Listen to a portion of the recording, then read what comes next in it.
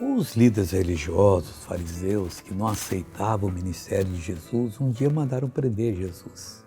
E os oficiais foram e voltaram de mãos vazias. E vocês não trouxeram o homem, mas ninguém falou como jamais um deles falou. Veja a resposta, jamais alguém falou como ele fala. Então veja a resposta dos líderes religiosos. Responderam, João 7,47, responderam-lhes, pois, os fariseus, também vós fostes enganados? A pior coisa é quando a pessoa acha que ele é a verdade, que ele tem a verdade. A verdade é Jesus.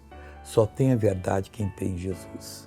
Ele é simplesmente o enviado de Deus. Ele é Deus com o Pai para nos tirar das trevas. E nós não somos enganados, ao contrário. No Evangelho, a pessoa só é aceita quando ela crê de todo o coração e sem pressão alguma da família, ela então é recebida como filha de Deus, batizada e membro da igreja.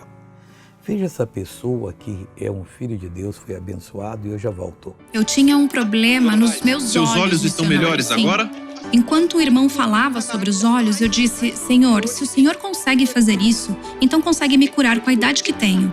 Agora consigo enxergar muito, muito melhor.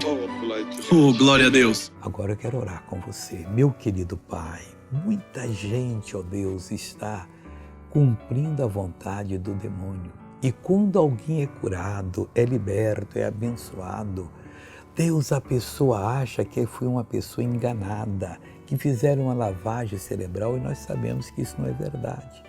Eu oro agora por todo esse povo, Deus, pelo jovem, rapaz, moça, pelo homem e a mulher de meia idade, idade avançada, pelas crianças, por essa pessoa que busca a verdade e manda todo o mal sair dela, em nome de Jesus.